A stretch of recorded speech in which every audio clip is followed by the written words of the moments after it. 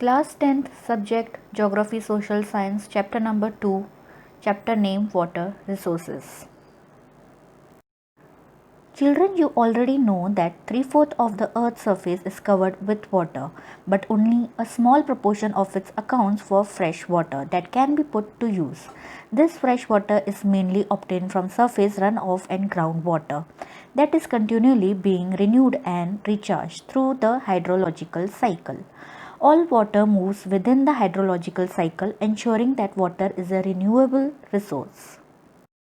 You might wonder that if 3/4 of the world is covered with water and water is a renewable resource, then how it is that the country and regions around the globe suffer from water scarcity? Why is it predicted that by 2025 nearly 2 billion people will live in absolute water scarcity? What are some facts and figures? 96.5% of the total volume of world's water is estimated to exist as oceans and only 2.5% as fresh water. Nearly 70% of this fresh water occurs as ice sheets and glaciers in Antarctica, Greenland and the mountainous regions of the world, while a little less than 30% is stored as groundwater in the world's aquifers. India receives nearly 4% of the global precipitation and ranks 133 in the world in terms of water availability per person per annum.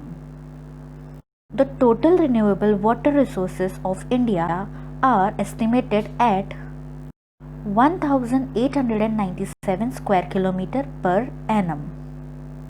By 2025, it is predicted that large parts of India will join countries as region having absolute water scarcity. Water scarcity and the need for water conservation and management. Given the abundance and renewability of water, it is difficult to imagine that we may suffer from water scarcity. The moment we speak of water shortages, we immediately associate it with regions having low rainfall or those that are drought prone. We instantaneously visualize the deserts of Rajasthan and women balancing many mud cars, that is earthen pots, used for collecting and storing water and traveling long distance to get water. Children, it is true the availability of water resources varies over place and time, mainly due to the variations in seasonal and annual precipitation. Next is causes of water scarcity. Water scarcity in most cases is caused by overexploitation, excessive use, and unequal access to water among different social groups. Water, water everywhere, not a drop to drink. Where is then water scarcity likely to occur? Children, as you have read in the hydrological cycle, fresh water can be obtained directly from precipitation, surface runoff, and groundwater. Children, you can observe the figure given and see how hydrological cycle process is done in the atmosphere. From precipitation, surface runoff, and groundwater. So children, in this way the world is covered with water and water is a renewable resource. Then how it is that countries and regions around the globe suffer from water scarcity? Let's study, children. Is it possible that an area or region may have ample water resources but is still facing water scarcity? Children, water scarcity may be an outcome of large and growing population and consequent greater demands for water and unequal access to it. Children, a large population requires more water not only for domestic use but also to produce more food by agriculture through irrigation. Children, water resources are being overexploited to expand irrigated areas for dry season agriculture. Irrigated agriculture is the largest consumer of water. Children, you may observe figure given. What percent of your water is going where? For the domestic use. Bath or showers 34%, laundry is 19%, toilet is 29%, outdoor watering is 4%, and kitchen 14% of water is used for domestic purpose children. So children, a large population requires more water. Irrigated agriculture is the largest consumer of water. Now it is needed to revolutionize the agriculture through developing droughts resistant crops and dry farming techniques. Children, you may have seen in many television advertisements that most farmers have their own wells and tube wells in their farms for irrigation to increase their produce. But have you ever wondered what this could result in? That it may lead to falling groundwater levels, adversely affecting water availability and food security of the people. Post-independent India witnessed intensive industrialization and urbanization, creating vast opportunities for us. Children, today, large industrial houses are as commonplace as the industrial units for many MNCs, that is, multinational corporations. The ever increasing number of industries has made matters worse by exerting pressure on existing freshwater resources. Industries, apart from being heavy users of water, also require power to run them. Much of this energy comes from hydroelectric power.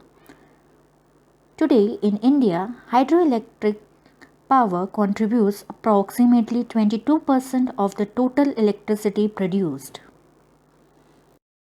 Multiplying urban centers with large and dense populations and urban lifestyles have not only added to water and energy requirements but have further aggravated the problem. If you look into the housing societies or colonies in the cities, you would find that most of these have their own groundwater pumping devices to meet their water needs.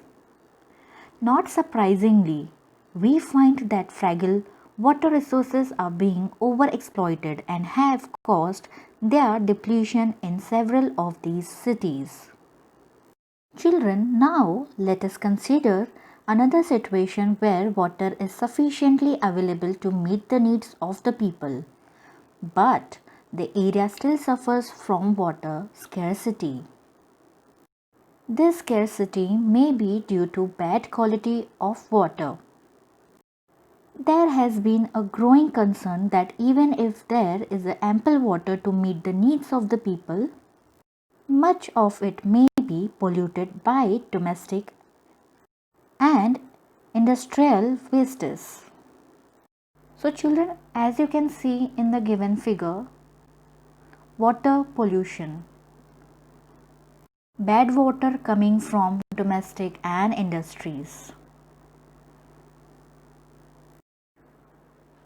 Children, water is mainly polluted by domestic and industrial wastes.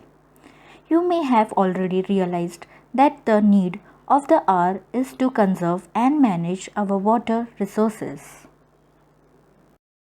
to safeguard ourselves from health hazards. Fertilizers, pesticides, and chemicals used in agriculture is also making hazardous for human use.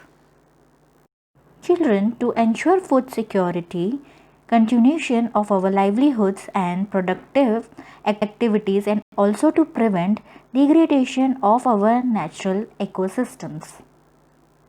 Children, overexploitation and mismanagement of water resources will destroy natural ecosystems and cause ecological crises that may have profound impact on our lives. Multi-purpose river projects and irrigated water resources management. Children, the question arises, but how do we conserve and manage water?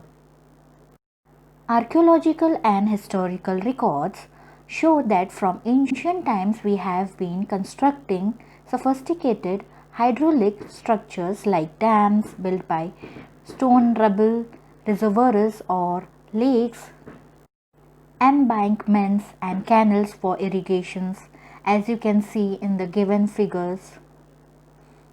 Not surprisingly, we have continued this tradition in modern India by building dams in most of our river basins. Hydraulic structures in ancient India.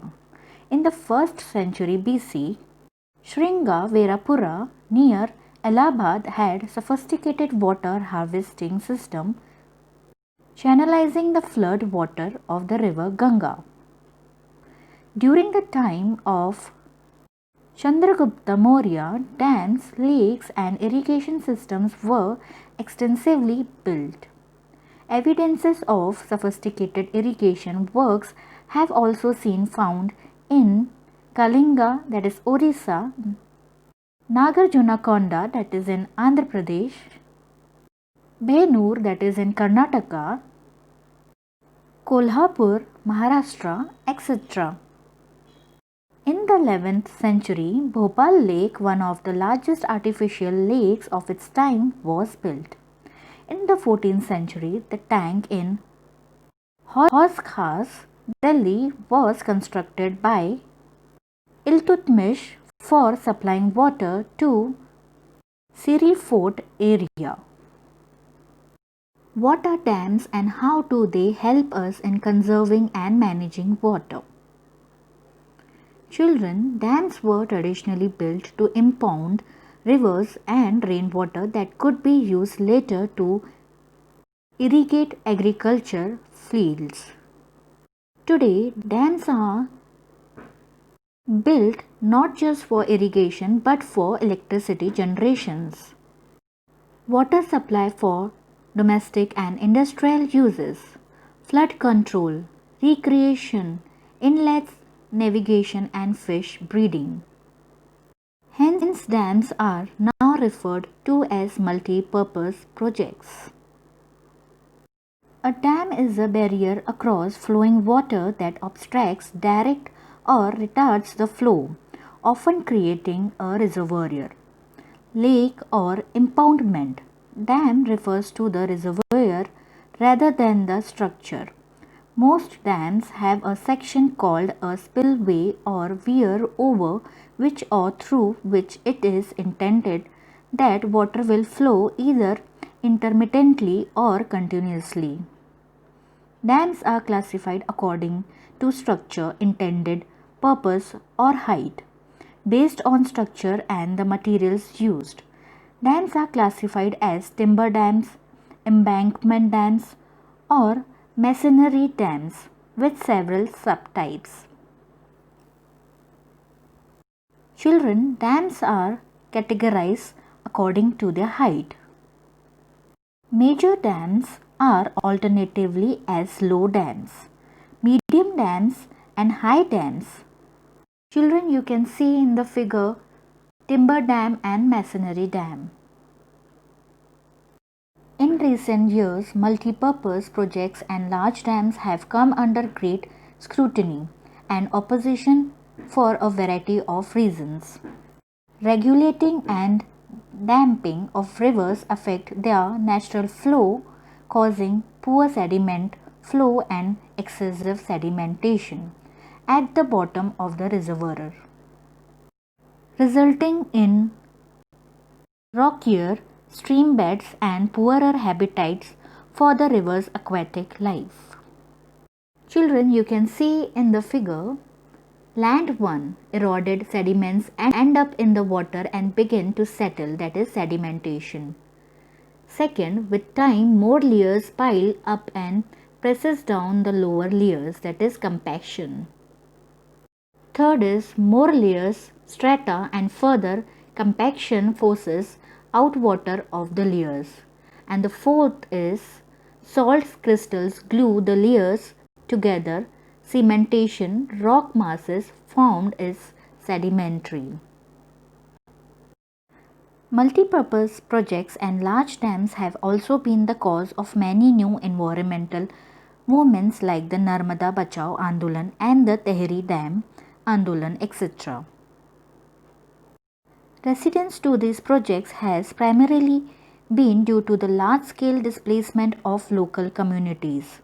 Local people often had to get up their land and give up livelihood and their major access and control over resources for the greater good of the nation. Children, the landowners and large farmers, industrialists, and few urban centers take the case of the landless in a village. Does he really gain from such a project? Children, Narmada Bachao Andolan or Save Narmada movement is a non-governmental organization, that is NGO, that mobilize tribal people, farmers, environmentalists and human rights activists against the Sardar Sarovar Dam. It originally focused on the environmental issues related to trees that would be submerged under the dam water and refocused the aim to enable poor citizens, especially the outskirts displaced people, to get full rehabilitation facilities from the government. Children, Sardar Sarovar Dam has been built over the Narmada River in Gujarat. Sardar Sarovar Dam being built across the Narmada River in Gujarat, it originally focused on the environmental issues related to trees that would be submerged under the dam water. Recently, it has refocused the aim to enable poor citizens, especially the displaced people, to get full rehabilitation facilities from the government. Children, note that Sardar Sarovar Dam has been built over the Narmada River in Gujarat. This is one of the largest water resource projects of the India, covering 4 states: Maharashtra, Madhya Pradesh, Gujarat and Rajasthan. The Sardar Sarovar project would meet the requirements of water in the drought-prone and desert areas of Gujarat, that is 9,490 villages and 173 towns, and Rajasthan 124 villages. Children, 2 maps are given in this figure: major dams in India and major rivers connected to the dams in India. So children, you can prepare the list, the dams which are connected to the rivers in India, by comparing these 2 maps. Most of the objections to the projects arose due to their failure to achieve the purposes for which they were built. Ironically, the dams that were constructed to control floods have triggered floods due to sedimentation in the reservoir. Children, you may have seen or read how the release of the water from dams during heavy rains aggravated the flood situation in Maharashtra and Gujarat in 2006. Children, you can see in the figure how floods have destroyed the life of the human beings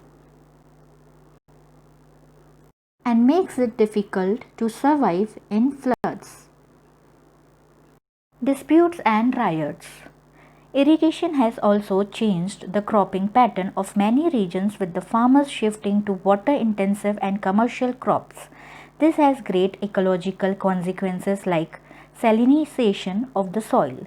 At the same time, it has transformed the social landscape. That is, increasing the social gap between the richer landowners and the landless poor. As we can see, the dams did create conflicts between people wanting different uses and benefits from the same water resources. In Gujarat, the Sabarmati basin, farmers were agitated and almost caused a riot over the higher priority given to water supply in urban areas, particularly during droughts. Interstate water disputes are also becoming common with regard to sharing the costs and benefits of the multipurpose project. The Krishna Godavari dispute is due to the objection raised by Karnataka and Andhra Pradesh governments. It is regarding the diversion of more water at Koyna by the Maharashtra government for a multipurpose project. This would reduce downstream flow in their states with adverse consequences for agriculture and industry. Rainwater harvesting. Many thought that giving the disadvantages and rising resistance against the multipurpose project's water harvesting system was a viable alternative, both social, economically, and environmentally. Recharge through hand pump. In hill and mountainous regions, people build diversion channels like the gulls or kulls of the western Himalayas for agriculture. Rooftop rainwater harvesting was commonly practiced to store drinking water, particularly in Rajasthan. Children, let's see components of a rooftop system in the given figure. Catchment, that is rooftop. Conveyance, that is pipes. First flush separator, filtration, storage, usage and recharge. Children, you have in the other side you can see the outlet of the rooftop system. Children, bamboo drip irrigation system in Meghalaya, a 200-year-old system of tapping stream and spring water by using bamboo pipes, is prevalent. About 18-20 liters of water enters the bamboo pipe system, gets transported over hundreds of meters and finally reduced to 20 to 80 drops per minute at the site of the plant. Need of bamboo drip irrigation. The topology of the system is highly hilly with steep slopes and rock boulders. The soil depth on these hills is low and has poor water retention capacity. Though the region gets plenty of rain during the monsoon season, irrigation becomes a necessity during the dry seasons. The terrain imposes a challenge in bringing the water from distant water sources to the plantations. Children, as you know, this system is 200 years old in the northeastern part of India, in the state of Meghalaya. Farmers of the Jayanta and Khashi Hill areas have developed this system of tapping springs and steams water to grow betel leaves, black pepper and carrot. Advantages of bamboo drip irrigation system. Water is used at maximum level. As water is applied locally, leaching is reduced. Fertilizers, nutrients loss is minimized. Weeds are highly controlled. No water available for weeds. Soil erosion is controlled and soil infiltration capacity is increased. Seed germination is improved. Disadvantages of bamboo drip irrigation systems are maintenance cost. Bamboo stems are vulnerable to wet climatic conditions. Bamboo pipes are not perfectly mobile, therefore limited to certain type of crops. Clogging of emitters due to poor filtration. Children, in the given figure you can see the development by the bamboo drip irrigation system in the northeastern part of India, Meghalaya. Children, let's study about the mechanism of bamboo drip irrigation system. It is based on gravity and the steep slopes facilitate in implementing it. Water from an uphill source is tapped and brought to the plantation by a main bamboo channel. The water is then regulated through a complex bamboo network of secondary and tertiary channels to all the parts and corners of the plantation right up to the bottom of the hill. Children, you can see the outline figure of bamboo drip irrigation system in the given figure. Children, save water or it will lead to ecological crisis. Water is energy. Conserve water, conserve life. So children, end of the topic. Class 10th subject Geography, Social Science, chapter number 2, Water Resources. It takes a lot of blue to stay green.